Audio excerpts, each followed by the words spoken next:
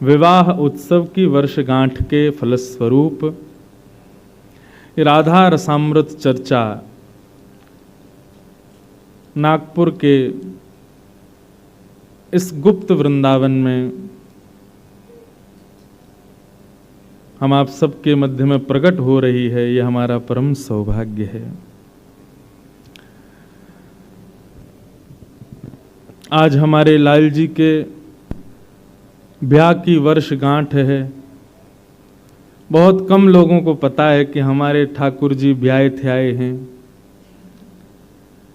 4 वर्ष के लाला हैं लेकिन ब्याह है गयो है। और हमारी श्यामा जू किशोरी जू जो कि नागपुर में श्री राधा निवास, जहाँ पर वर्षों से वृंदावन को प्रकट कर रही हैं, और ऐसा भी कहा जाए तो कोई अतिशयोक्ति नहीं, कितने जनों को तो श्री किशोरी जी ने नागपुर बुलाकर के वृंदावन रस दिया है। जो वृंदावन जाकर के नहीं पाया, कईयों ने तो वो नागपुर आके पाया। ऐसे नागपुर में विराजमान हमारी श्यामा जी, और ये नागपुर तो हम सबके लिए है, उनके लिए तो ये प्रकट अप्रकट वृंदावन ही विराजमान है। उसी श्रृंखला में, उसी कड़ी में पिछले साल भी यहाँ पर ये मंगल उत्सव हुआ। ब्रज चर्चा, ब्रजरस चर्चा, किशोरी जी की मंगल चर्चा हम आप सब ने श्रवण की, और इस वर्ष भी वही चर्चा श्रवणार्थ हम आप सब बैठे हैं। आज लाल जी का ब्याह उत्सव ब्याहुला सुबह राधा निवास में सुसंपन्न हुआ।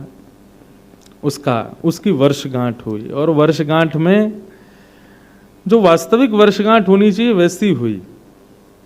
कैसी? एक वर्ष जब होते हैं ब्याह को, तो प्रियतम और प्रियतमा आपस में एक दूसरे के प्रति प्रेम भाव उत्पन्न करते हैं। सारे दोष दुर्गुण आदि सबको विचार ना करते हुए अपना प्रेम उद्गार सुनाते हैं कि एक वर्ष से आप हमारे संग हो, आपके आने से हमें क्या क्या लाभ हुए। ये सब पति पत्नी आपस में चर्चा करते हैं, और आपस में ना भी करते हो तो सब जो लोग भी बधाई देने आते हैं कि भैया आपको वर्षगांठ की बधाई हो, कैसा रहा आपका 1 वर्ष बीत गया, तो सब बताते हैं, बोले भैया जब से ये आई हैं तब से हमारे अंदर ये लाभ आया, ये बढ़िया हुआ है, ऐसा ऐसा।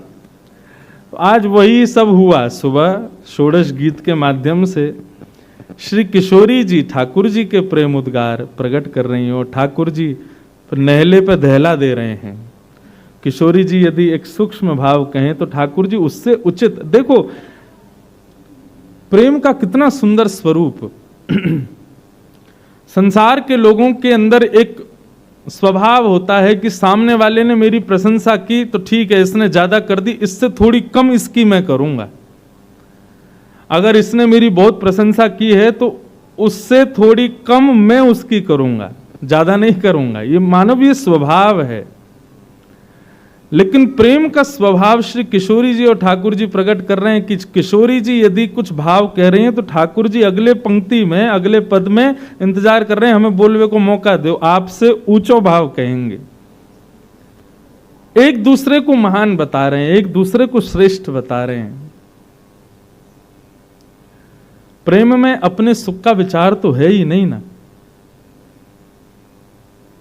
प्रेम में तो जो हमारे तत्सुखे सुखित्वम, हमारा प्रेमी जिसमें सुखी। अच्छा देखो, गोपियों का कृष्ण के प्रति प्रेम और श्री कृष्ण किशोरी जी का प्रेम, दोनों में अंतर है। ठाकुर जी और गोपियों के प्रेम के बीच में भाव ऐसा है कि ठाकुर जी को जो रुचिकर लगे वो गोपियों को लगना चाहिए। गोपियां कहती हैं यदि आपको हमको रुलाने से यदि आपको आनंद आता है तो हम रोएंगी, आप सुखी रहो बस। लेकिन किशोरी जी और ठाकुर जी के प्रेम में क्या है? बोले जिससे किशोरी जी रीझे हम वो क्रिया करें, और किशोरी जी का भी यही भाव, जिससे ठाकुर जी रीझे हम वो लीला करें। जिसमें श्याम सुंदर प्रसन्न है उसमें किशोरी जी प्रसन्न, और जिसमें किशोरी जी को सुख लगे वहां में ठाकुर जी प्रसन्न। गोवर्धन लीला कल भी मैंने सुनाई थी कथा के प्रारंभ में। उसमें भी प्रधानता यही थी कि श्री जी के दर्शन के हित के लिए ठाकुर जी ने 7 दिन 7 रात्रि पर्यंत गोवर्धन नाथ को धारण किया। हमारे ब्रज वृंदावन में निकुंज, कुंज, निकुंज और निभृत निकुंज, ये 3 लीलाएं हैं। कुंज लीला वो है जो अधिकतर कथाओं में सब जगह सुनाई जाती है, सब लोग सुनते हैं। कुंज में सबका प्रवेश है, पर निकुंज में सबका प्रवेश नहीं है। निकुंज में श्याम सुंदर, किशोरी जी, सखियां और सखा। पर निवृत्त निकुंज में तो केवल श्याम सुंदर और किशोरी जी और जिसको वो चाहें उसको प्रवेश। तो कुंज की लीला जब गोवर्धन की है तो उसमें सब ब्रजवासी हैं, ठाकुर जी भी हैं, किशोरी जी भी हैं। पर निकुंज की लीला में जब गोवर्धन नाथ को धारण कर रहे हैं तो वहां पर केवल किशोरी जी, ठाकुर जी और अष्ट सखियां हैं, और 2-4 सखा हो रहे हैं जो रो रो के बेचारे आ गए भीतर, ठाकुर जी हमें ले चलो, हमें क्यों छोड़ जा रहे हो। लेकिन निभृत निकुंज में केवल श्यामा श्याम और कोई नहीं। वह भी गोवर्धन लीला में हुआ है कि जहां कोई भी नहीं था, अकेले ठाकुर जी खड़े और सामने अकेली श्री जी खड़ी है। और ये लीला इतनी अद्भुत संपादित हुई। एक चंद्रावली नाम की गोपी है। तो ठाकुर जी तो ऐसे हैं कि ठाकुर जी सबको सुख देते हैं। जितनी भी गोपियां हैं, चाहे वो ललिता विशाखा भले ही मुंह पे खूब गारी गलौज होती हो, एक दूसरे को मारपीट करने को भाव रखते हो, लेकिन एकांत में ठाकुर जी उनको भी सुख देने जाते हैं। अब लोग इसमें मन में विचार कर सकते हैं कि ठाकुर जी सबको सुख क्यों देते हैं। वो सबको सुख इस भाव से नहीं देते कि वो सुंदर है या उसका गुण अच्छा है या उसका भाव अच्छा है। ठाकुर जी को ये भाव लगता है कि ये ललिता है, ये विशाखा है, ये चंद्रावली है, आदि आदि सखियां हैं, किसी ना किसी रूप में श्री जी के समीप रहती हैं। ये ठाकुर जी के चरण स्पर्श करती है, ये किशोरी जी के चंवर डोराती है, ये किशोरी जी का श्रृंगार करती है। इस बात से ठाकुर जी रीझ के उनको भी सुख देने जाते हैं, उनके संग भी लीला करते हैं, केवल इसलिए क्योंकि उनका श्री जी से संबंध है। श्री जी के सन्मुख तो ठाकुर जी नहीं करते, लेकिन एकांत में कभी कोई गोपी कहे कि मेरे घर भी न एक प्रसाद पा जाओ, न एक मोकू भी सेवा को अवसर प्रदान करो, मैं भी आपके चरणन में कुमकुम लगाऊं, मैं भी आपको इत्र अर्पित करूं, मैं भी आपको श्रृंगार करूं, तो ठाकुर जी कभी कभी समय मिलने पर गोपियों के पास भी सुख देने जाते हैं। ये देखो, अब आपको पहले ही बताऊं, ये निवृत्त निकुंज की लीला है, इसलिए संशय हृदय में उत्पन्न नहीं होना चाहिए। ध्यान से सुनिएगा, ठाकुर जी की लीला पर कभी संशय मत कर। आपको अपराध नहीं लगेगा, बताने वाले को अपराध लगेगा, इसलिए मैं बहुत डर डर के सुना रहा हूं। निवृत्त निकुंज में एक दिन चंद्रावली ने ठाकुर जी को आमंत्रित किया। तो श्री जी के सामने तो लाल जी इशारों कर रहे, बोले ये चली जाएंगी तब आएंगे। श्री जी चली गई, सब सखियां चली गई, चंद्रावली अपने घर को गई। बढ़िया भोजन थाल तैयार कियो, बढ़िया सुंदर कुमकुम केसर ठाकुर जी को अर्पित करने के लिए तैयार कियो। पधरामनी ठाकुर जी की रहने वाली चंद्रावली के यहां। ठाकुर जी जैसे ही भीतर पहुंचे, खूब सुंदर अपने हाथन से प्रसाद पवायो, पंखा जल रही है, ठाकुर जी को श्रृंगार कर रही है, चरणन में कुमकुम लगा रही है, केसर चंदन लगा रही है। इतने में ही श्री जी को ठाकुर जी की याद आ गई। और निवृत्त निकुंज को ऐसा भाव है कि अगर यशोदा के बगल में भी ठाकुर जी पौड़े हैं और अर्धरात्रि में भी श्री जी को स्मरण है जाए और ठाकुर जी दौड़ के भागे, मैया के बगल में तकिया धर जाए, बोले कि सुबह उठेगी तो कहीं डांटे नहीं, और श्री जी बुला रही है, मुंह को जानो तो पड़ेगा। अब ये निवृत्त निकुंज की लीला सबको बताने वाली नहीं है, लेकिन यहां सब अधिकारी बैठे हैं इसलिए सुना रहा हूं। यहां चंद्रावली ठाकुर जी की सेवा कर रही है, अपने हाथों से प्रसाद पवा रही है, पंखा जल रही है, चरणों में केसर चंदन लगा रही है, और चंद्रावली का जो प्रिय इत्र है वो ठाकुर जी को अर्पित कर रही है। और इतने में ही श्री जी ने ठाकुर जी को याद कर लिया। जैसे ही श्री जी स्मरण करती है ना ठाकुर जी, लोग कहते हैं हिचकी आती है, लेकिन हमारे श्याम सुंदर के रोए खड़े होते हैं तो समझ जाते हैं श्री जी बुला रही है। ठाकुर जी विचलित हो गए। चंद्रावली बोली, कहा भयो? बोले श्री जी बुला रही हैं, श्री जी को याद आ रही है। अच्छा, स्मृति भी एक प्रकार की वेदना है। हम किसी का स्मरण करें, वह भी तो एक वेदना होती है ना, एक कष्ट होता है। उस समय लगता है कि जिसको हम स्मरण कर रहे हैं वो सामने तत्क्षण आ जाए। इतनी भी वेदना श्री जी को हो, ये श्याम सुंदर को प्रिय नहीं। ठाकुर जी बोले, चंद्रावली मुझको जानो पड़ेगा। चंद्रावली बोले मरोगे क्यों? कुमकुम केसर लगो है और मेरो इत्र लगो है। श्री जी मेरे इत्र की सुगंध जाने, यदि उनको पता चल गई तुम यहां ते गए हो, बहुत मारेंगी, आज रूठ के बैठ जाएंगे, बड़ो मान करेंगी। ठाकुर जी बोले, अब जो होगा सो देखेंगे, अब तो हमें दौड़न दो। ठाकुर जी दौड़ करके और महाराज जा रहे हैं गिरिराज पर्वत। ये श्री गिरिवर पर्वत जो है ना, ये निभृत निकुंज का एकांतिक ठाकुर जी का कुंज है। यहीं पर लीला करते हैं श्याम सुंदर और ठाकुर जी, श्री जी। अब जो हम गिरिराज जी का दर्शन करते हैं, ये तो बेचारे अब बहुत छोटे, रोज तिल भर पृथ्वी में जा रहे हैं। नहीं तो सघन कुंज के गिरिराज जी का वर्णन आप कभी गर्ग संहिता में पढ़िएगा। गिरिराज जी में कितने सुंदर सुंदर गुफाएं हैं, कुंज हैं, लता गुल्म हैं, झरने हैं, सब विद्यमान हैं। क्योंकि श्री जी को सुख देने के लिए श्री गोवर्धन नाथ है। बहुत ध्यान से सुनना। ठाकुर जी दौड़े, और जैसे ही ठाकुर जी दौड़े गिरिराज पर्वत के ऊपर है के देखो श्री जी ऊपर खड़ी हैं। इतने में श्री जी को सुगंधी आने लगी, और सुगंधी तो आई, चंदन केसर लगे भय चरणन में छापे और पड़ गए गिरिराज जी पे। और वर्णन आता है ठाकुर जी 2 पांव से नहीं दौड़े हैं, शीघ्र पहुंचने के लिए जैसे बंदर 4 पामन से दौड़े, ऐसे ठाकुर जी 2 चरण और 2 हाथन से दौड़ रहे हैं। इतने में ही ठाकुर जी ने पीछे मुड़ के देखी तो पूरे गिरिराज पर्वत पर वो चंदन चिन्ह अंकित हो गए। इत्र की सुगंधी आ रही थी। ठाकुर जी बोले, आज तो श्री जी बड़ो मान करेंगी, और बड़ो मान जब करें तब बहुत मुश्किल होवे रे जावे में। तब ठाकुर जी ने इंद्र को इशारा किया, हे इंद्र जल्दी सफाई कर, श्री जी आवे वारी हैं। श्री जी कहीं आ गई और आकर के उनने ये चंदन छापे देख लिया, हमारी इत्र की सुगंधी अगर उनको आ गई तो आज बड़ो मान करेंगी। इंद्र हमारी लाज बचा। इतने में ही गड़गड़ करके काले काले बादल आ गए, आकर के गोवर्धन पर्वत के ऊपर रिमझिम वर्षा होने लगी। रिमझिम तक काम ना चलेगा, जोर की वर्षा कर। जैसे ही जोर की बारिश भई ठाकुर जी के चरण चिन्हों को मिटाने के लिए, इतने में ही श्री जी का वहां आगमन हुआ। अब श्री जी जैसे आई, ऊपर से वर्षा गिर रही थी। ठाकुर जी बोले, अरे ये बिंदु श्री जी को श्रम देंगे।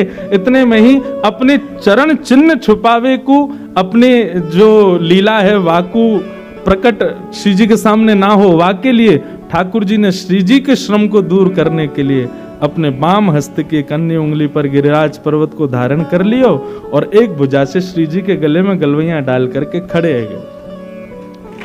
ये निवृत्त निकुंज का गिरिवर धारण लीला है। अब वहां श्री जी करेंगे कहां गए, वो कहीं ना, अब तो कुछ पता ही ना चलेगी, क्योंकि चिन्ह विन्ह सब धुल गए, सब मिट गए ऊपर से गिरिराज जी पर इतनी वर्षा भैया, अब श्री जी को कहां पता चलेगी। तो ऐसे श्याम सुंदर ये गोवर्धन धारण लीला में अधिकतर भाव श्री जी की प्रसन्नता है। तो कल जो हमने सुने थे वो निकुंज की गोवर्धन धारण लीला थी। आज जो हमने सुनी है ये आज की निवृत्त निकुंज में गोवर्धन धारण लीला है। दोनों में श्री जी को सुख देने के लिए ठाकुर जी ने गिरिराज जी धारण किए, इसीलिए हमारे प्यारे हृदय के ठाकुर श्री गिरधर लाल हैं। ये श्री जी को सुख देवे के काजे ही ऐसे खड़े हैं, इसलिए ये इनको नाम ही श्रीनाथ है। श्री यानी श्री राधा, उनके जो नाथ हैं वही श्रीनाथ। अभी हम लोगों का प्रवेश कुंज में है। भक्ति भाव और इन रसिक जनों की वाणी सुनकर के बंधुओं, अपने चित्त में, अपने हृदय में श्री जी और ठाकुर जी की लीला को स्मरण करना चाहिए और उससे प्रयास करना चाहिए कुंज से धीरे धीरे हम निकुंज में जाएं और निकुंज से धीरे धीरे निवृत्त निकुंज की प्राप्ति हो। निवृत्त निकुंज क्या है? निवृत्त निकुंज में केवल श्याम सुंदर और किशोरी जी हैं और कोई नहीं है। हमारे वृंदावन में कहते हैं कि वृंदावन में जो प्राण त्याग देता है ना,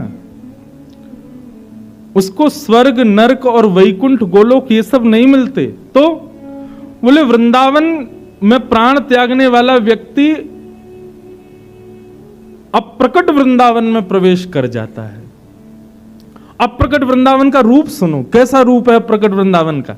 अभी जो वृंदावन आप देख रहे हो ऐसा ही है अप्रकट वृंदावन। बस अप्रकट वृंदावन में यह है कि श्री बिहारी जी, राधा वल्लभ जी, राधा रमन जी मंदिरन में ना बैठे बाहर डोल रहे हैं, वो लीला करते हुए घूम रहे हैं। रसिक शिरोमणि स्वामी श्री हरिदास जी महाराज, श्री हितरवंश महाप्रभु, श्री गोपाल भट्ट गोस्वामी, श्री मधुसूदन पाद सरस्वती, ये सब लोग उस वृंदावन निवृत्त, उस अप्रकट वृंदावन में विचरण करते हैं। इसलिए हमारे यहां ब्रज में अब तो ऐसा नहीं है, पर हमने रसिक जनों से सुना है कि प्राचीन वृंदावन में जब किसी व्यक्ति के प्राण छूट जाते थे तो वृंदावन के ब्रजवासी मृदंग और साजवाज लेकर के यमुना तट पर जाते थे और वहां जब अंत्येष्टि संस्कार चलता था ना, उतनी देर पद गायन करते थे। बहुत सुंदर पद है। हरिदासी परंपरा के लोग आसावरी राग में इस पद का गायन करते हैं। ये पद एक पंक्ति बताने के लिए ही गा रहा हूं, लेकिन अब इतना सुंदर पद है, एक आध पंक्ति क्यों, ही पूरा पद सुनो, कितना सुंदर भाव है। हमारे वृंदावन में जब किसी के प्राण छूट जाते हैं, अच्छा एक और बात, कोई योग्य व्यक्ति के प्राण छूटे उसी के लिए पद गाया जाएगा ऐसा नहीं। वृंदावन किंचित मात्र कोई उसके अंदर गुण ना हो, बिल्कुल वैष्णव भाव से इतर हो, लेकिन वृंदावन में प्राण त्यागे तो वो सौभाग्यशाली है। भाग्य बड़ो वृंदावन पायो, भाग्य बड़ो वृंदावन पायो, भाग्य बड़ो वृंदावन पायो, भाग्य बड़ो वृंदावन पायो, भाग्य बड़ो वृंदावन पायो, भाग्य बड़ो वृंदावन पायो, भाग्य बड़ो वृंदावन पायो, भाग्य बड़ो वृंदावन पायो। जारज को सुर नर मुनि वंचित, जारज को सुर नर मुनि वंचित, विधि शंकर सिर नायो, विधि शंकर सिर नायो, सखी रे भाग्य बड़ो वृंदावन पायो, भाग्य बड़ो वृंदावन पायो। इतना सुंदर भाव इस पद में बताया गया। रसिक जन कहते हैं उस परिवार से, जिस परिवार का व्यक्ति चला गया, सब रो रहे हैं, विलाप कर रहे हैं, लेकिन सब रसिक जन कहते हैं शोक संताप करो मत को शोक संताप मति मोरी, दाव भलो बनियायो, दाव भलो बनियायो। श्री रसिक बिहारी की गति पाई, रसिक बिहारी की गति पाई। धन धन लोक कहायो,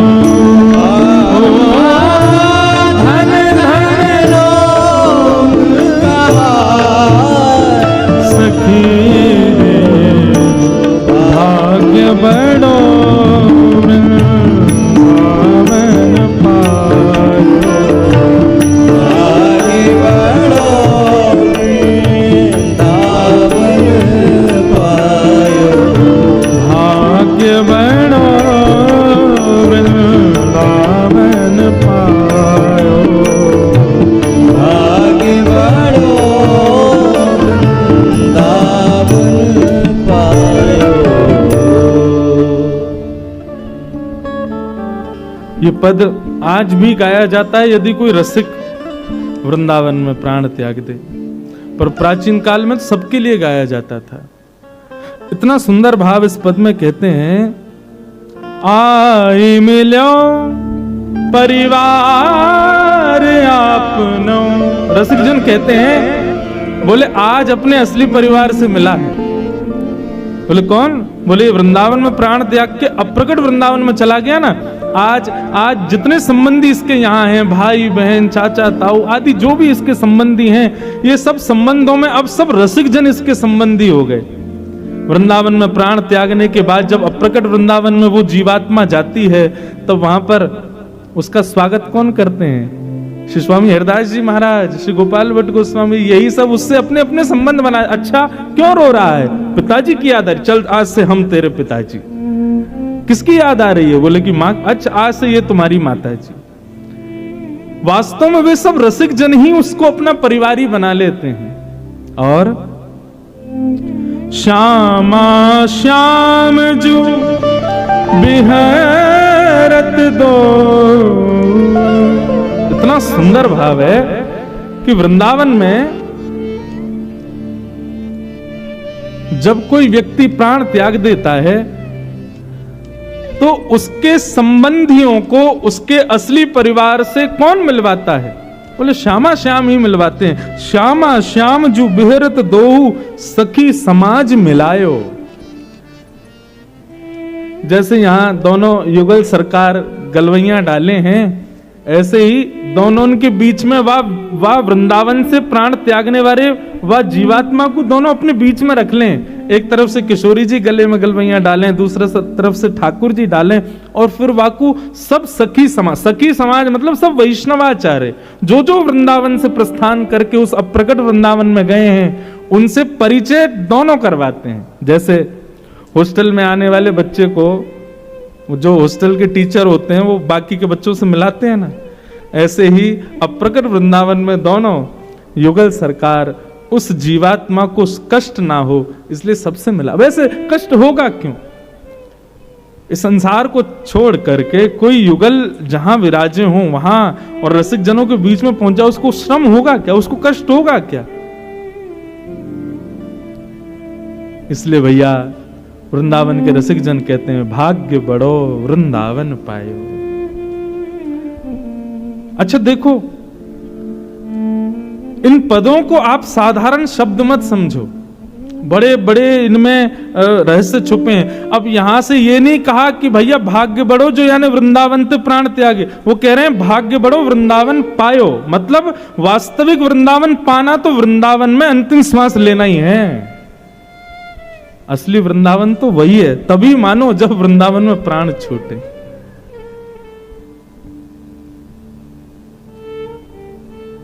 आहा, कभी कभी ऐसा मन में भाव आता है, जन्म बड़ा दुर्लभ है वृंदावन में, पर जन्म से भी दुर्लभ मृत्यु है वृंदावन में। वृंदावन की रज में लीन हो जाएं, श्री यमुना पुलिन पर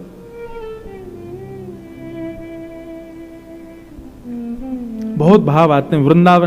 Vrindavan is equal to Shri ji. Shri ji और वृंदावन दोनों में कोई भेद नहीं है। हमारो श्री वृंदावन स्वयं श्री जी ही है। कल हम और सर्वेश भैया बात कर रहे तो मन में भाव आयो, मैंने कि भैया हमारे वृंदावन में बिहारी जी, राधा वल्लभ जी, राधा रमन जी सबके दर्शन है, किशोरी जी कहाँ हैं? मंदिरन में ठाकुर जी बैठे हैं, लाडली जी कहाँ हैं? मैंने लाडली जी तो विचरण कर रही हैं, वृंदावन में सदा विहार करती रहती हैं। और ऐसा भी होता है ना कि कोई जब व्यक्ति बहुत उसको बहुत कार्य होते हैं तो वो अपना एक प्रतिनिधि छोड़ देता है। हम आपसे मिलने आएंगे, बोले मैं तो मिलूंगा नहीं, मेरा प्रतिनिधि मिल जाएगा, मेरा पीए मिल जाएगा। तो ऐसे ही वृंदावन जाते हैं तो किशोरी जी के प्रतिनिधि के रूप में बिहारी जी मिलते हैं। प्रतिनिधि हैं श्री राधा रमन जी, राधा वल्लभ जी, बिहारी जी, ये सब प्रतिनिधि हैं हमारी श्यामाजू के। श्यामाजू कहाँ हैं? अरे भैया सामान्य कितने लोग वृंदावन जाते हैं, सबसे थोड़ी श्यामाजू मिलेंगी। श्यामाजू तो उन सब रसिक जन के ध्यान, उन सब रसिक जनन के ख्याल रखवे जामे जो अनंत दिनों से श्यामा श्याम की युगल उपासना कर रहे हैं, ध्यान कर रहे हैं, परन कुटी में बैठ करके श्री राधा श्री राधा श्री राधा नाम की ध्वनि से अपना मंगल भाव प्रवाहित कर रहे हैं। किशोरी जी तो वहां में व्यस्त हैं, उन सबन के ध्यान धरवे में व्यस्त हैं। बाकी भीड़ इतनी वृंदावन में आ रही है, सब रसिक थोड़ी हैं, सबसे मिलवे के काजे ठाकुर जी छोड़ रखे, तुम ही मिलो। जो रसिक शिरोमणि है, जो रसिक श्रेणी के हैं, किशोरी जी तो उनके ध्यान में व्यस्त हैं, उनको ध्यान लगा रही हैं, उनको ध्यान कर रही हैं।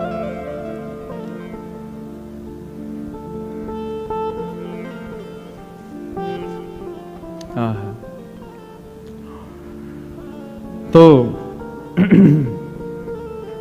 ऐसी हमारी श्यामाजू और ठाकुर जी दोनों के युगल भाव को हम आप सब लोग श्रवण कर रहे हैं।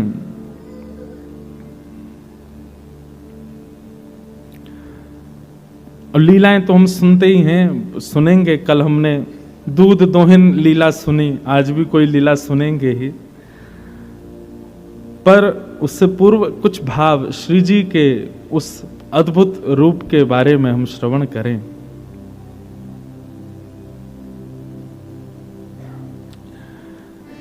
एक बार श्री नारद जी महाराज हिमालय पर महादेव के पास गए। बहुत ध्यान से सुनना। महादेव के सन्मुख नारद जी महाराज बैठे थे। देवादिदेव महादेव अत्यंत सुख में ध्यानस्थ बैठे थे। पर जैसे ही नारद जी महाराज आए तो नारद जी को देख करके महादेव के नेत्र खुल गए और स्वागत सत्कार किया, बैठाया, बोले विराजो और कैसे हालचाल पूछे। लेकिन श्री महादेव के मुख की आकृति से नारद जी अनुमान लगा पा रहे थे कि महादेव कुछ पूछना चाह रहे हैं, कुछ जिज्ञासा है शायद इनके हृदय में, कुछ जानने की अभिलाषा है। व्यक्ति का परिचय 3 वस्तुओं से होता है, नेत्रम, वक्त्रम, विकारेण। हमारे शास्त्र आज्ञा करते हैं कि किसी भी व्यक्ति से मिलो, सबसे पहले उसके नेत्रों पर ध्यान लगाओ। यदि नेत्र बहुत ज्यादा चंचल हैं, बहुत जल्दी जल्दी घूम रहे हैं, कभी यहां कभी वहां, तो समझो कि इसका मन जो है वो थोड़ा सा विचलित है। दूसरा वक्त्रम, उसकी वाणी सुनो। यदि बहुत ज्यादा बोल रहा है, संसारी चर्चाओं में कुछ ज्यादा ही रुचि रख रहा है, तो समझ लेना उसकी बुद्धि स्थिर नहीं है। और विकारेण, चलना फिरना, उठना बैठना, यदि इन सब में भी स्थिरता नहीं है, मर्यादा नहीं है, तो समझ जाना कि इसका खान पान शुद्ध नहीं है। आप हमारे वृंदावन के रसिक जनों को देखो, उनके मुख की आकृति, उनके बैठने के चलने के ढंग पर ही हम लोग न्योछावर हो जाते हैं। और कई लोग हैं बड़े बड़े महापुरुष बने घूमते हैं, लेकिन उनके चेहरे की आकृति, नेत्रों का चंचलपन और वाणी की दूषितता से पता चल जाता है कि स्थिरता नहीं है हृदय में। हमसे पूछो, हम तो दुनिया भर में जाते हैं, सामने वाला व्यक्ति प्रणाम जिस भाव से, जिस आकृति से वो प्रणाम करता है, उससे पता चल जाती है कितने पानी में। आजकल प्रणाम की बड़ी, एक हाथ से प्रणाम, और एक हाथ से भी कई लोग चरण नहीं छूते, घुटने के ऊपर ही छू देते महाराज जी प्रणाम। तो नेत्रम वक्त्रम विकारेण, इससे पता चल जाता है। यदि कोई श्रुद्धि होगा, मतलब कोई विद्वान होगा, तो वो आपके नेत्रों से, वाणी से और आपके आकार विकार से ही पहचान जाएगा कि आप कैसे हो। नारद जी महाराज समझ गए, हे महादेव, आपके हृदय में कोई जिज्ञासा है क्या? सोचो, महादेव के हृदय में भी जिज्ञासा होती है। महादेव बोले, हाँ एक जिज्ञासा तो है। बोले, क्या जिज्ञासा है? बोले, जिज्ञासा यह है कि मैंने नारायण के खूब दर्शन किए, विष्णु रूप के दर्शन किए, उनके विराट रूप का मैंने दर्शन किया, शंख चक्र गदा पद्म चतुर्भुज रूप का मैंने दर्शन किया, वे मत्स्य बन के आए मैंने दर्शन किया, वे कूर्म बन के आए मैंने दर्शन किया, हर स्थिति में मैंने दर्शन किया। दर्शन का मतलब क्या होता है नारद? हृदय स्थिर हो जाना। एक बार देख लिया तो बस लगा कि अब इसके बाद कुछ बचा ही नहीं है। ये स्थिति मेरी अभी तक नहीं आई है। मैंने अनेक रूप नारायण के देख लिए, लेकिन स्थिरता अभी तक, मतलब बार बार एक जिज्ञासा होती है, और कुछ देखूं, और अच्छा देखूं, और कुछ, एक ठौर नहीं मिली है मुझे। मेरी इच्छा है उस रूप के दर्शन करने की। कैसा रूप? तब महादेव कहते हैं, यद रूपम ते कृपा सिंधो परमानंददायकम।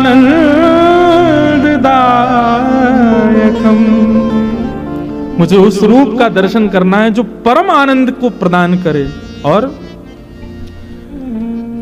स्वनिंदाश्रम नित्यम मूर्तिमल सर्वतोदिकम।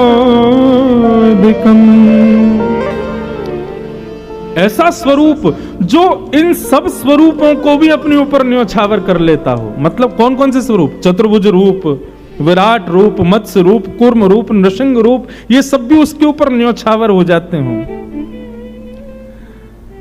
निर्गुणम निष्कम्यम शांतम यद्वेति विदुर्बुधा तदहं दृष्टुमिच्छामि चक्षुभ्यां परमेश्वर। निर्गुणम निष्क्रियम शांतम यद्हेति विदुर्बुधा तदहं दृष्टुमिच्छामि चक्षुभ्यां परमेश्वर। मुझे ऐसे रूप का दर्शन करना है। सीधी बात, पूरा वेद क्यों सुनाऊं? शंकर जी कह रहे हैं, जिसको देखने के बाद कुछ और देखने की इच्छा ही ना रहे मेरे भीतर, ऐसा रूप मुझे देखना है। नारद जी बोले, आपने ये जिज्ञासा ठाकुर जी से कही? बोले, उनसे कहने की मेरी हिम्मत नहीं हो रही। क्यों? बोले, ये जितने रूप वो धारण करते हैं, हर बार मेरे कहने पे ही तो करते हैं कि अब आपको ऐसे देखना चाहता हूं। अब वो इतने सारे रूप धारण कर चुके हैं, मुझे भी लगता है बेचारे परेशान हो जाएंगे, इसलिए मेरी इच्छा नहीं। बोले, नहीं नहीं, अब चलो। तब नारद जी और शंकर जी दोनों ने जाकर के ठाकुर जी से प्रार्थना की कि हे नाथ, हमारे महादेव कुछ जिज्ञासा कर रहे हैं। बोले, कैसी जिज्ञासा है? बोले, आपके ऐसे रूप का दर्शन करना है जिसके बाद नेत्रों को कुछ देखने की इच्छा ही ना रहे। ठाकुर जी बोले, भैया ऐसा रूप तो एक ही है, जार रूप को देख करके मैं श्याम सुंदर भी और कोई को ना देखना चाहूं, वो रूप। और वो रूप कौन का है? यस्या कदापि वसना चखलेन नोक्थ।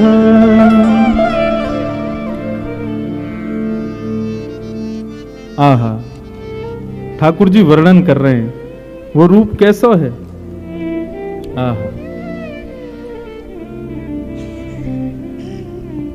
आज हम थोड़े अपने रसिक जनों के भी कुछ भाव लेके आए, जो वैष्णव जनों ने बताए हैं, स्वयं ठाकुर जी बता रहे हैं कि ऐसे कैसे कैसे रूप हैं जिन पर वे स्वयं न्योछावर हो जाते हैं। तब ठाकुर जी वर्णन करते हुए कहते हैं, भैया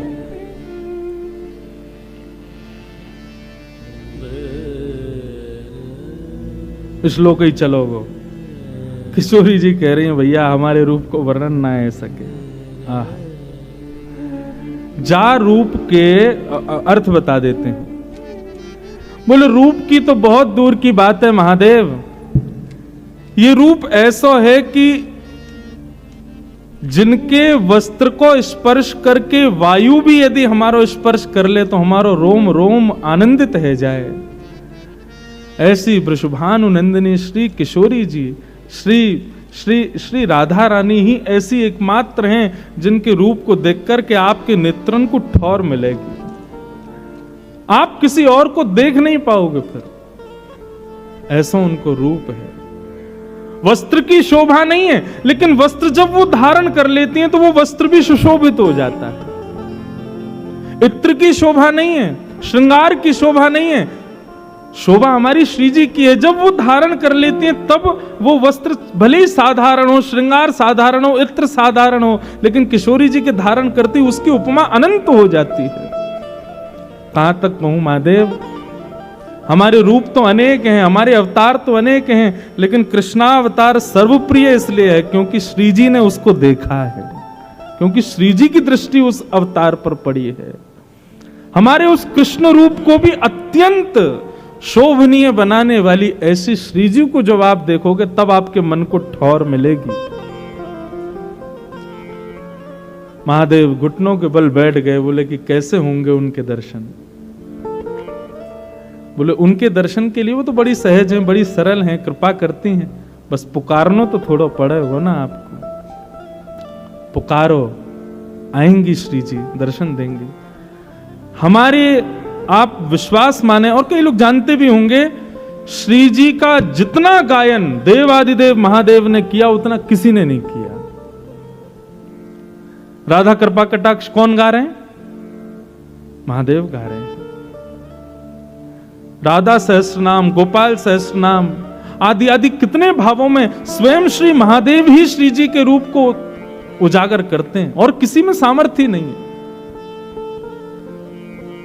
ऐसे महादेव श्री जी को पुकारते हैं, श्री जी का स्मरण करते हैं, और जब श्री जी का दर्शन उनको हुआ, इसीलिए महादेव अत्यंत रूप से जहां भी कहीं बैठे हैं तो उनके मुख की आकृति दिखाई नहीं है, लिंग के रूप में पूरे भारत में विराजमान है। क्यों? वो समाधिस्थ शिव हैं। किसकी समाधि में? बोले श्री जी की समाधि में।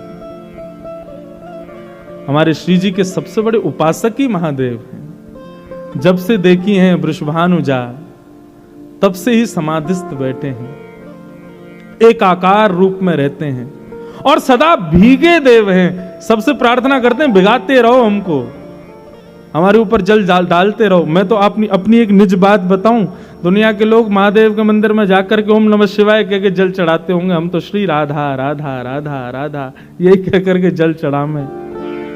और अपनी एक बिल्कुल वास्तविकता बताऊं, काशी में मेरी कथा थी कुछ दिनों पूर्व, तो कथा करके मैं जैसे ही वापस आने लगा, कहीं और जा रहा था कथा करने, अंतिम दिन था कथा का, कथा करके रात्रि में ट्रेन पकड़नी थी, तो हमने कि एक बार महादेव को प्रणाम करें आए। उस दिन पता नहीं कोई उत्सव था, जाने सोमवार था, इतनी भीड़ मंदिर में कि महाराज वीआईपी वीवीआईपी सब एक बराबर, दर्शन ही नहीं हो। मैं कभी पुलिस कहे वहां से आओ, कभी कहे वहां से आओ, इधर से आओ, और ट्रेन का समय हो रहा था।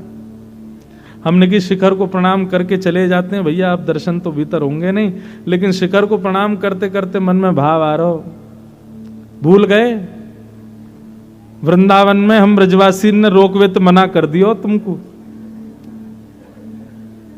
जब महारास हो रहा था आए थे आप, तब हम ब्रजवासी ने रोक दिया, बोले बाबा पहले गोपी बनो तभी भीतर प्रवेश मिलेगा।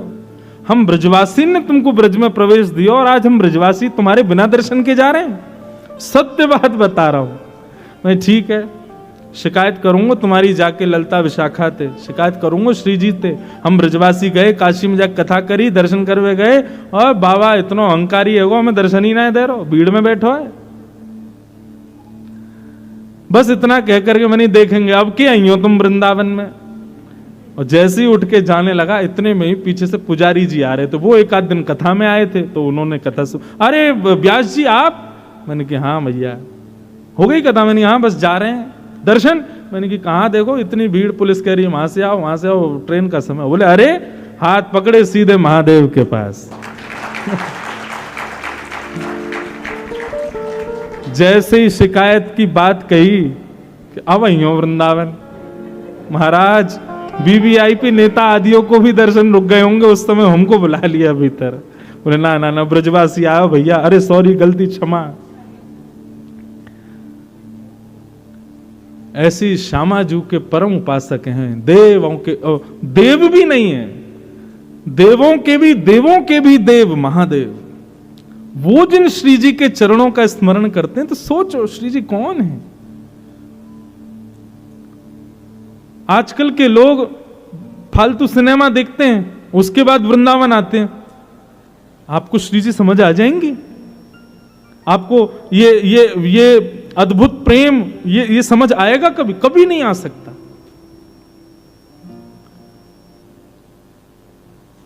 अद्भुत प्रेम की रस स्वरूपा हैं हमारी श्यामाजू।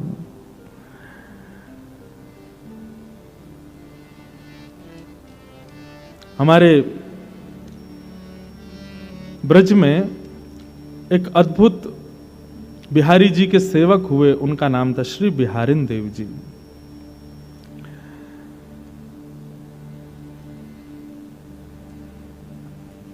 बिहारी दास जी को प्रथम दर्शन युगल सरकार का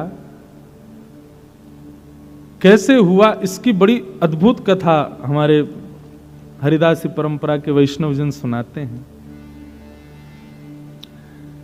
बिहरत लाल बिहारिन दो, यमुना जी के तीरे तीरे। इतना सुंदर वर्णन है, बहुत ध्यान से सुनो। हमारी सामान्य कथाओं में आने वाले लोग अगर इस कथा में आएंगे तो हो सकता है उनको एक आध बात समझ में ही नहीं आवे, महाराज जी कैसी कहाँ की चर्चा कर रहे हैं। भैया ये निकुंज नहीं है, ये कुंज नहीं है, ये निवृत्त निकुंज है। यहां तो अलग ही चर्चा है। श्री बिहारिन देव जी बिहारी जी की सेवा करते थे। पहले बिहारी जी गृहस्थों से सेवा नहीं करवा रहे, अभी तो सदगृहस्थ गुसाई परिवार सेवा करते हैं। पहले तो बिहारी जी सन्यासियों से और विरक्तों से सेवा करा रहे थे। तो बिहारिन देव जी, बिहारिन दास जी बिहारी जी की सेवा करते थे, और सेवा करते हुए उनके मन में एक ही भाव रहता था कि हे बिहारी जी, कब मिली हैं वह सखी सहेली हरिवंशी हरिदासी, हरि हम कब होंगे ब्रजवासी। ये ब्रजवासी, ये बिहारिन देव जी का भाव इसलिए कि हमको अप्रकट वृंदावन कब मिलेगा, जहां स्वयं श्री हरिदास जी विराज रहे हैं, जहां स्वयं आचार्य चरण विराजते हैं, उस वृंदावन का दर्शन कब होगा जहां आप युगल स्वरूप धारण करके विचरण करते हो, जहां यमुना में जल नहीं केसर युक्त सुगंधित जल बहता है, जहां पर यमुना के तट पर रेणुका की बालू नहीं मड़ियों की बालू है, जहां पर वृंदावन में वृक्षों पर कोयल चहकती नहीं है, चिड़ियाएं चहकती नहीं है, श्री राधा श्री कृष्ण नाम ध्वनि प्रकट करती हैं, जहां पर जिस अप्रकट वृंदावन में रहने वाले मानवों का भोजन पानी केवल आपके दर्शन मात्र हैं, उस वृंदावन का मुझे कब आस्वादन होगा। अप्रकट वृंदावन का थोड़ा भाव समझो। अप्रकट वृंदावन में यमुना जी नहीं बहती, या अप्रकट वृंदावन में सुगंधित श्री ठाकुर जी और किशोरी जी के चरणों का चरणामृत बहता है, सुगंधी आती रहती है। अप्रकट वृंदावन में श्री यमुना जी के तट की बालुका मणियों की है। अप्रकट वृंदावन में जो दर्शनार्थी भ्रमण करते हैं वो कहीं भोजन पानी करने के लिए बैठते नहीं है, उनका भोजन पानी आस्वादन सब कुछ श्री प्रियालाल जी के दर्शन हैं। ऊंची ऊंची अटारियों पर वैष्णव जन खड़े होकर के केवल निहारते रहते हैं, कहाँ श्यामा श्याम की लीला चल रही है, तुरंत दौड़ करके वहां पहुंच जाते हैं और पहुंच करके ऐसे बैठते हैं कि उनको विक्षेप ना हो, केवल उनका दर्शन करना ही उनका सर्वस्व है। श्री बिहारी देव जी बिहारी जी की सेवा करते हुए बोले, हे नाथ, मुझे भी उस अप्रकट वृंदावन में ले चलो। नित्य ये प्रार्थना करते थे बिहारी जी से। एक दिन बिहारी जी ने सुन ली और श्री बिहारी दास जी यमुना के तट पर सुबह सुबह भोर में दातुन कर रहे थे और दातुन करते करते करते करते सुगंधी आने लगी, रेणुका मणियों में बदल गई, यमुना जी का जल हल्का हल्का पीत वर्ण का हो गया, अद्भुत सुगंधी यमुना जल में से आने लगी। वृक्षों पर बैठे हुए पशु पक्षी सब राधा कृष्ण नाम उच्चारित करने लगे। रसिक जन दौड़ दौड़ करके ठाकुर जी के दर्शन की अभिलाषा से घूमने लगे। इतने में ही सघन कुंज दिखाई दिया और सघन कुंज में दोनों युगल सरकार एक दूसरे के गले में गलवैयां डाले चलते हुए आ रहे हैं। ये बिहारी दास जी को दर्शन हुआ और उन्होंने इस पद में उसका वर्णन किया। बिहरत शब्द समझिएगा, हम ज्यादा व्याख्या नहीं करेंगे बस, लेकिन आप प्रयास करना कि समझो कैसा रूप है। बिहरत लाल बिहारिन दो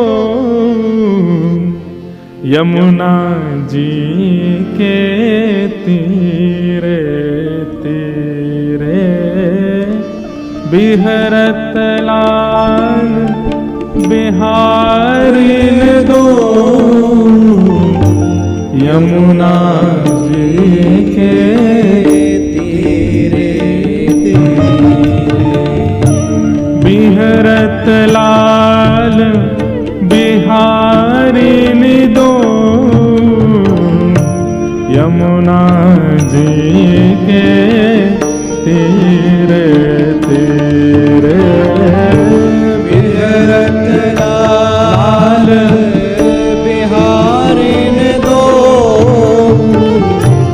यमुना जी के तीरे तीरे, अद्भुत अखंड मंडल भुव पर बरभामिनी भुज वीरे वीरे, अद्भुत अखंड मंडल भुव पर बरभामिनी भुज वीरे वीरे, तामे द्वेष श्रवत सुधाश्रम, तामे द्वेष श्रवत सुधाश्रम, जल कन मुख छवि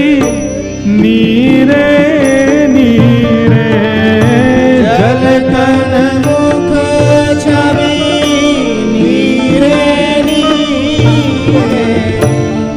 उपजत किरण कपोल विमल हसी, उपजत किरण कपोल विमल हसी, लस दस नावली हीरे हीरे, लस दस नावली हीरे।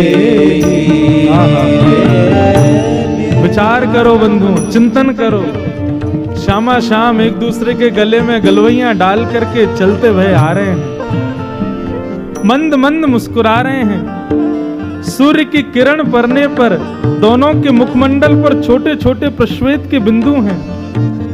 मुस्कुरा रहे हैं तो गालों पर कपोल भी ऐसे चमक रहे हैं मानो दो दो चंद्रमा प्रकट हो गए हों। जब मुस्कान प्रकट होवे तो ऐसे लगे कि मानो दांत नहीं है, हीरे जैसे दांत हैं दोनों युगल बिहारी के। बिहरत लाल बिहारिन दो यमुना जी के तीरे तीरे, बिहरत लाल बिहारी यमुना जी के तीरे तीरे। कुंज गगन घन अलख बदरिया, कुंज गगन घन अलख बदरिया, चलत परस्पर सिरे सिरे, चलत परस्पर सिरे सिरे। कुंज गगन घन अलख बदरिया, कुंज गगन घन अलख बदरिया, चलत परस्पर सिरे सिरे, चलत परस्पर सिरे सिरे। लोचन चारु चकोर चितहित, लोचन चारु चकोर चितहित, पिबत धीर न धीरे धीरे, पिबत धीर न धीरे धीरे। दोनों युगल सरकार मधुर चाल चलते भय आ रहे हैं। तभी जोर की हवा ब्यार बहे तो श्री किशोरी जी की अलकावलियां मुखमंडल पर आ जाती हैं, तो ऐसा लगता है मानो पूर्णिमा के चंद्रमा के आगे बादल आ गए हों, वह भी उसकी शोभा बढ़ा रहे हैं। लोचन चारु चकोर चितेहित, पिबत अधीर न धीरे धीरे। किशोरी जी श्याम सुंदर को देख रही हैं, श्याम सुंदर किशोरी जी को देख रहे हैं, परंतु नेत्रों का भी एक समय होता है, नेत्रों की भी एक अवधि होती है, उससे ज्यादा देख नहीं सकते। जैसे जीव को पानी मिलने पर प्यास बुझ जाती है, ऐसी नेत्रों को भी दर्शन मिलने पर दृष्टि शांत हो जाती है। परंतु यहाँ पर ऐसी स्थिति है कि जितना पानी पी रहे हैं उतनी प्यास और बढ़ रही है।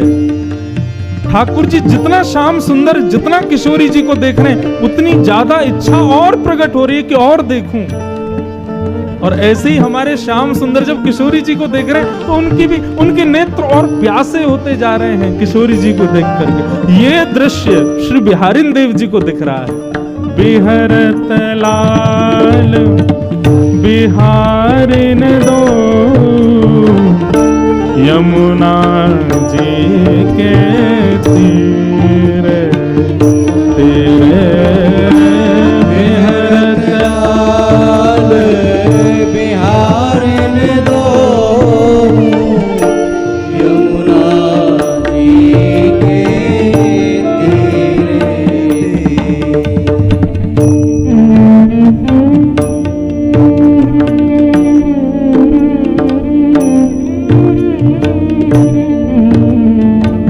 जय हो।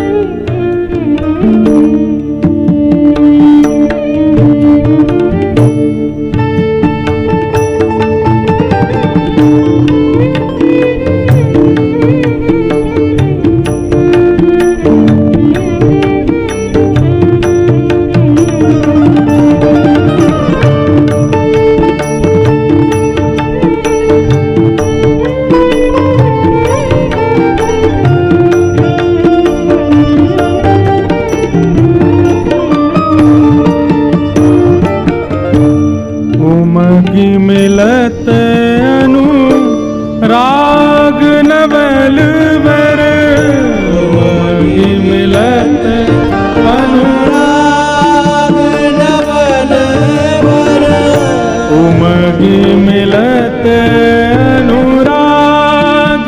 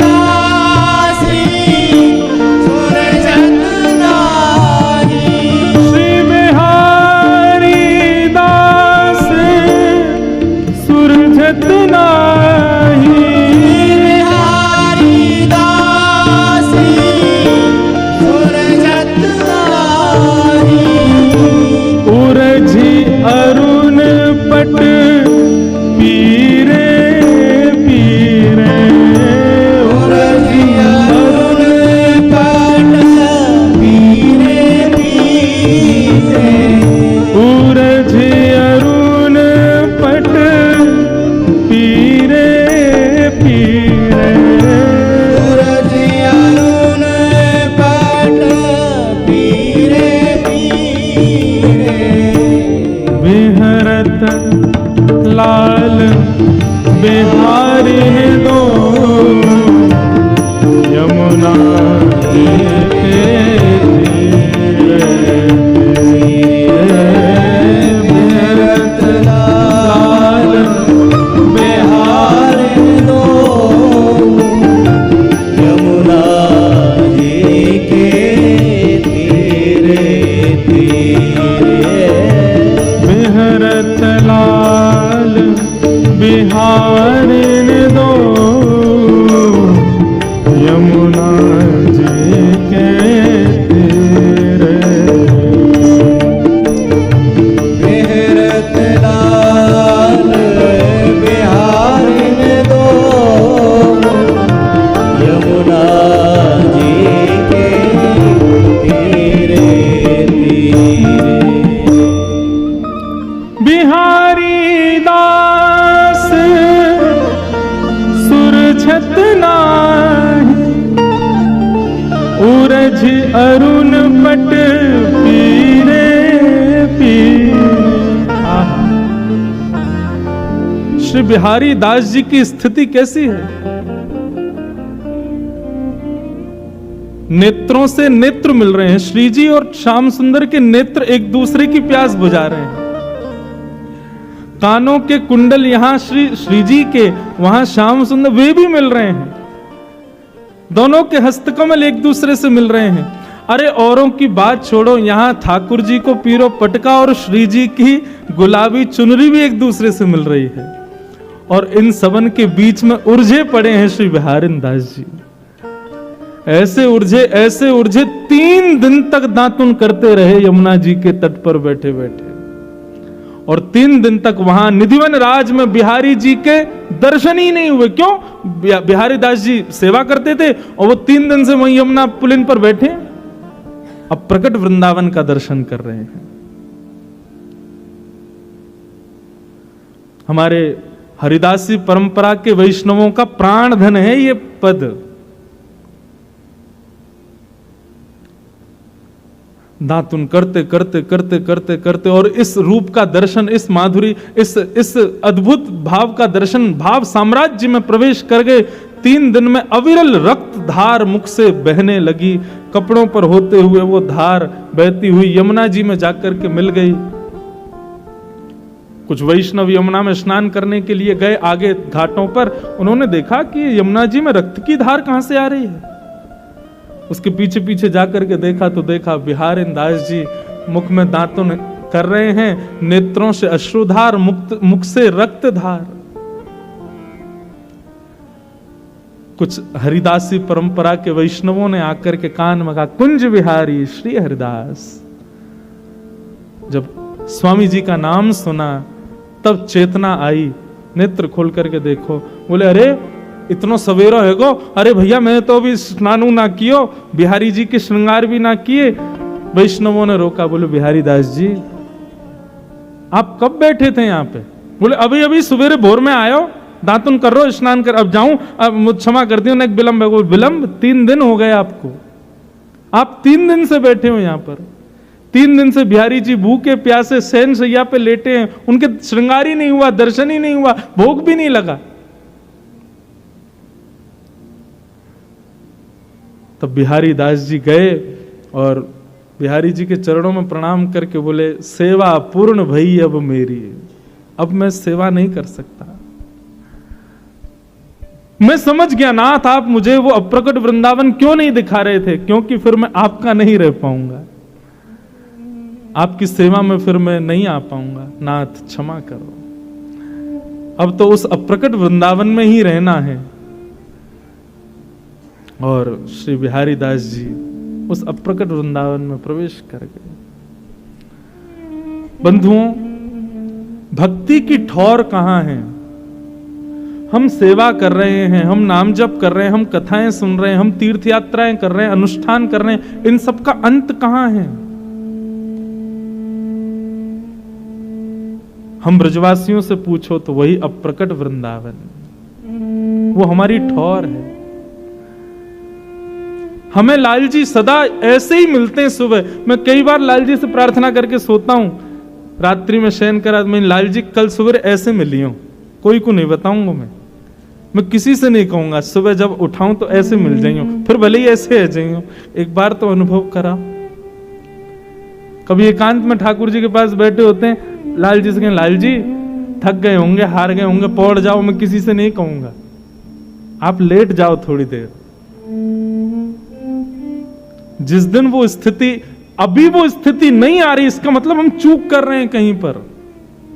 जिस दिन वो स्थिति आ जाए, समझना बस अब हमारी ठौर है, यही हमारा सर्वस्व है। ऐसे हमारे श्री बिहारी दास जी, ये पद में गाता हूं, मेरा रोम रोम आनंदित हो जाता है।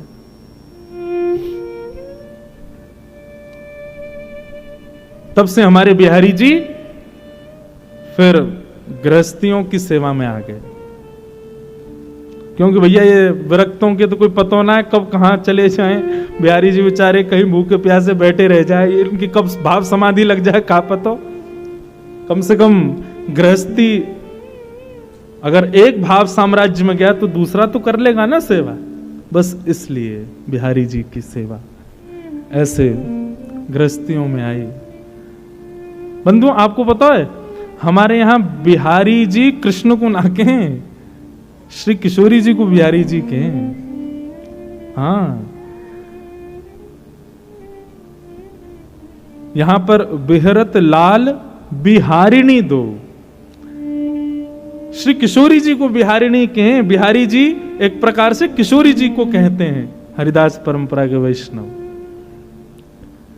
सब जगह भैया बात तो वही है, हमारे माई श्यामा जू को राज। श्री किशोरी जी, जाके अधीन सदा ही सांवरो, या ब्रज को सरताज।